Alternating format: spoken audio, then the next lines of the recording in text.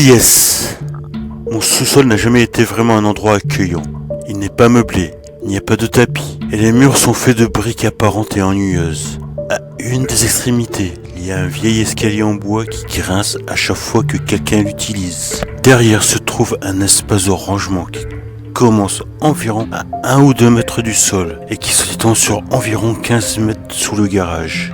Cet endroit est un vrai dépotoir, parce que mon frère ne le nettoie jamais. Des jouets, des outils et des objets divers sont éparpillés sur tout le plancher du sous-sol. Ce qui est un exploit si l'on considère la taille du lieu. Il n'est pas très large, mais au fait, il fait au moins 25 mètres de long en prenant en compte l'espace de rangement.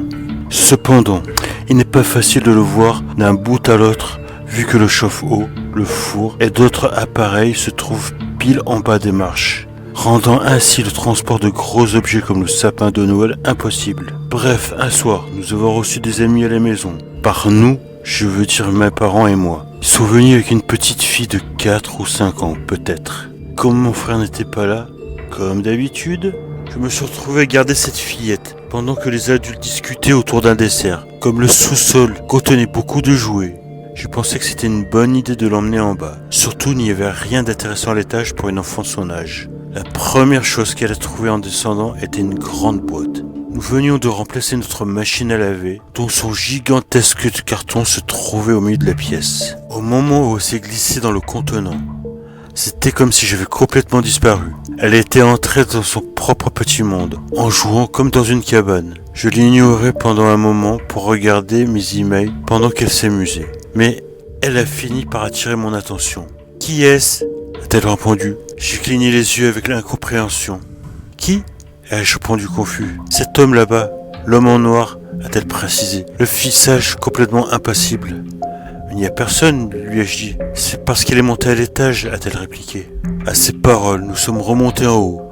Je me suis assis avec mes parents pour le reste de la soirée, sans penser à rapporter un mot de ce qu'elle avait dit. 2 ans plus tard, j'ai invité des amis vers la mi-février. Comme je suis dans le Wisconsin, cela signifie que s'il vous prend l'idée de sortir la nuit à cette époque de l'année, vous serez gelé en moins de 10 minutes. Mes amis et moi étions donc coincés à l'intérieur. Nous sommes descendus pour enquêter sur le sous-sol hanté. En somme, je leur avais parlé de la même histoire que j'ai rapportée au-dessus. Nous étions 5, dont mon cousin et moi. J'avais un magnétophone pour enregistrer les sons. Mon cousin avait un appareil photo numérique et les autres étaient armés de lampes de poche. Ils voulaient éteindre les lumières, même si c'était un peu à contre-cœur pour certains.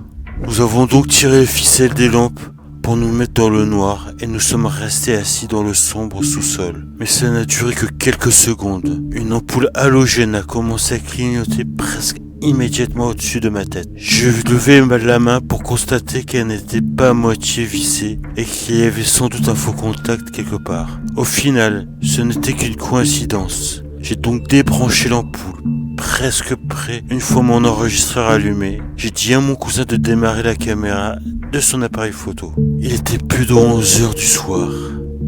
Il n'y avait pas de bruit, pas le moindre son. Plusieurs minutes se sont écoulées. On a même fait ce truc qu'ils font à la télé. On pose des questions à n'importe qui ou n'importe quoi. Et comme nous n'avons pas eu la moindre réponse, ça s'est un peu transformé en blague. On a ri de la situation tout en se sentant assez stupide pendant un bon moment. Et puis finalement, l'appareil photo de mon cousin a envoyé un avertissement de batterie faible. Nous avons donc décidé de prendre les dernières minutes plus au sérieux. Ok, je vais lancer un compte à rebours à partir de 3 et ensuite on se calme, a annoncé mon cousin. 3, 2, 1. Quelques instants de silence se sont écoulés. Une demi-seconde après que l'appareil photo de mon cousin ait émis un bip sonore avant de s'éteindre. J'ai appuyé sur le bouton off de mon enregistreur et nous sommes montés à l'étage pour réécouter ce que nous avions capté. Bien sûr, tout ce qu'on a pu enregistrer était assez calme. Nous avons écouté toute la bande pendant un bon bout de temps et nous avons entendu que le son de notre propre voix jusqu'à ce passage. Ok, je vais lancer un compte à rebours à partir de 3 et ensuite on se calme. 3, 2, 1. Quelques secondes se sont déroulées dans le silence jusqu'à ce que le bip de l'appareil se fasse entendre. Mais pendant la demi-seconde entre le moment où la caméra s'est arrêtée et celui où j'ai éteint le magnétophone, un murmure s'est fait entendre. « Ne partez pas !» Nous sommes tous regardés complètement pétrifiés. « Qui est-ce » a demandé à l'un de mes amis. « L'homme en noir », lui ai-je répondu.